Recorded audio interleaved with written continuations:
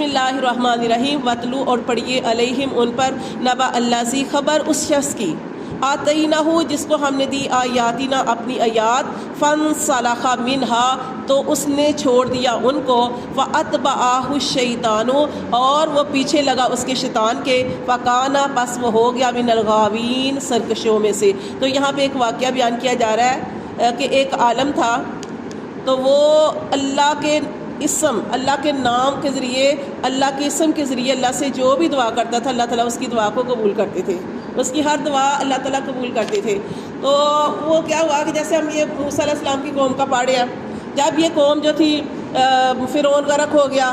تو اس وقت موسیٰ علیہ السلام نے کیا کہا تھا کہ اب اللہ کا بھی حکم تھا کہ اپنے جا کے شام کو اپنے ملک کو آزاد کرایا جائے۔ اب جب اس طرف موسیٰ علیہ السلام نے لوگ بھیجے تو کیا پتہ چلا کہ وہاں پہ قوم جبارین ہے، ایک ایسی قوم ہے، سخت جنگجو قوم ہے اور بڑے طاقت والے ہیں، قوت والے ہیں۔ تو پھر اب وہ لوگ بھی موسیٰ علیہ السلام سے ڈرتے تھے کیونکہ تھے یہ بھی اللہ تعالیٰ کے نبی تھے، ان کو بھی پتہ چلا کہ موسیٰ علیہ السلام بہت طاقت والے نبی ہیں اور موسیٰ علیہ السلام کے ساتھ بہت بڑا لشکر ہے اور یہ جو ہے اس علاقے کو شام کو سرزمین کو فتح کرنے کے لیے آ رہے ہیں۔ اب کیا ہوا، یہ ادھر سے نکل کھڑے ہوئے، ادھر سے ان لوگوں کو فکر پڑ گئی کہ اب موسیٰ علیہ السلام اور ہے بھی وہ اللہ کے نبی اور نبیوں کے ساتھ خاص اللہ کی مدد ہوتی ہے۔ اب یہ جو موسیٰ علیہ السلام آئیں گے اپنی قوم کے ساتھ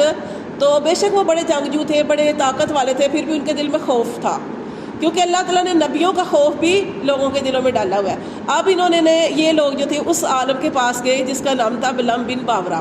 اس کے پاس گئے، اس سے جا کے کہنے لگے کہ تم جو بھی دعا کرتے ہو اللہ تمہاری ہر دعا کو قبول کرتا ہے، تو آپ نے ایسے کرنا ہے کہ ہمارے یہ موسیٰ علیہ السلام جو ہے وہ ہمیں پتہ چلا کہ وہ ہمارے یہاں پہ آ رہے ہیں اور یہاں سے ہماری نجات کروانا چاہتے ہیں اور یہاں پہ آباد ہونا چاہتے ہیں، تو آپ ہمارے لیے جو ہے دعا کرو اور موسیٰ علیہ السلام کے خلاف بد دعا کرو۔ اب وہ جو تھا وہ عالم جو تھا وہ کہنے لگا، اللہ نے اس کو سمجھ دی ہوئی تھی دین کا اس وقت، مطلب کہ اس وقت اس نے کہا کہ میں تو ایسا کام کبھی نہیں کر سکتا، وہ اللہ کے نبی ہے اور میں نبی کے بارے میں کوئی اس طرح بد دعا کروں، میں تو اس طرح نہیں کر سکتا۔ اچھا وہ چلے گئے، لیکن ان کو دل میں یہ تھا کہ ہم نے بار بار اس کے پاس جانا ہے۔ اب انہوں نے کہا کہ نہیں، پھر وہ آئے، پھر وہ کہنے لگے کہ نہیں آپ نہ وہ موسیٰ علیہ السلام کے بارے میں بد دعا کرو یا اس طرح جو ہے معاملہ۔ وہ جو تھا نا اس عالم نے کہا کہ دیکھو کوئی بھی کام کرتا تھا تو وہ اللہ سے مشورہ کرتا تھا، اور آپ جانتے ہیں کہ مشورہ کیا ہوتا ہے؟ استخارہ۔ اس نے کہا اچھا میں اللہ سے مشورہ کروں گا، اس نے استخارہ کیا تو اس میں اللہ کی طرف سے صاف منع کر دیا گیا کہ آپ نے موسیٰ علیہ السلام کے خلاف بد دعا نہیں کرنی۔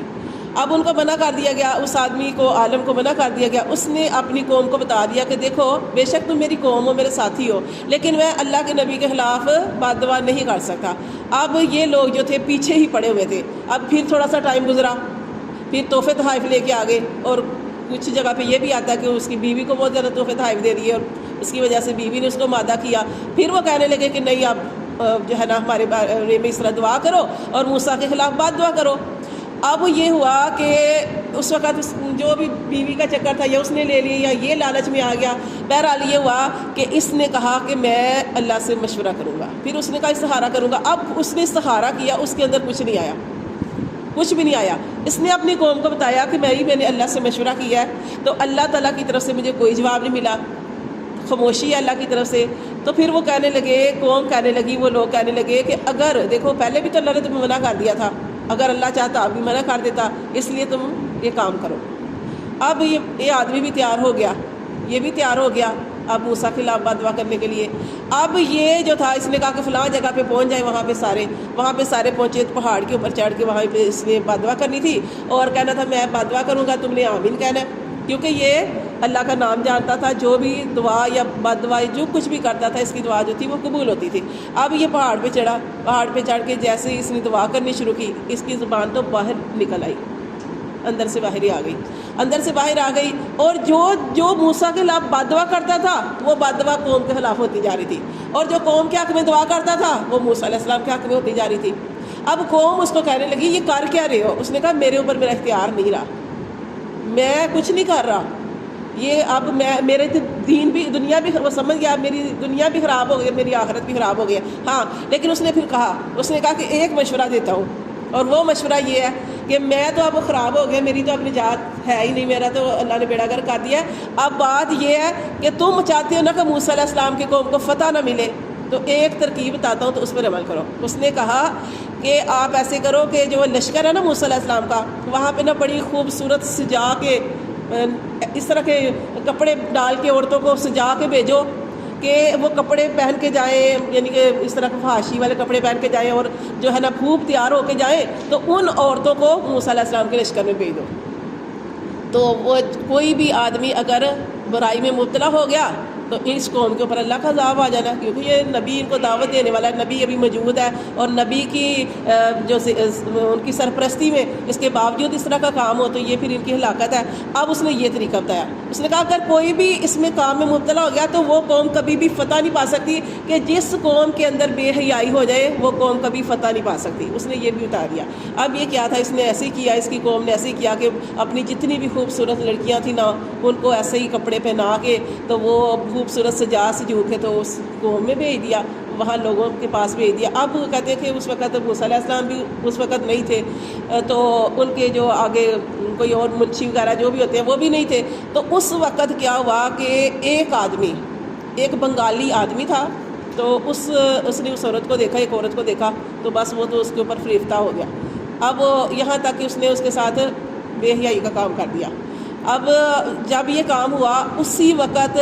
طاعون کی بیماری جو تھی وہ پھیل گئی, وہ بیماری پھیل گئی. جیسے ہی بیماری پھیلی وہاں پہ لوگوں کی ہلاکتیں شروع ہو گئی, 70,000 لوگ مر گئے.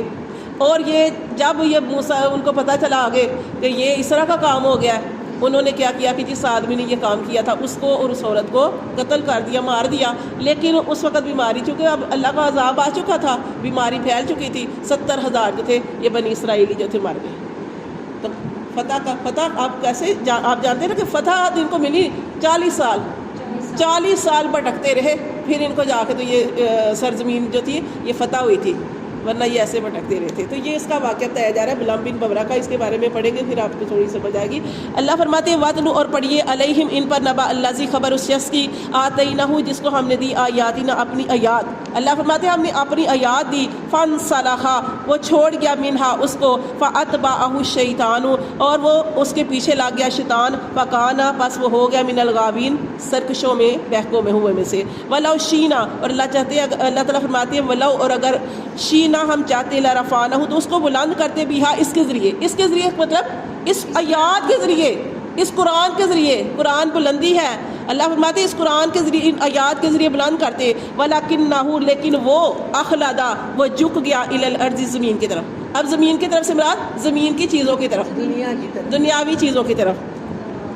وَاتَّبَعَ اور اس نے پیروی کی ہوا اپنی خواہشات کی. سمجھ آ گئی ہے کہ اس نے دنیاوی ساز و سامان پسند کیا اور وہ جو بددعا تھی اس نے کی. فَمَثَلُهُ اللہ فرماتے ہیں اس کی مثال کَمَثَلِ الْكَلْبِ جیسے کہ مثال کتے کی.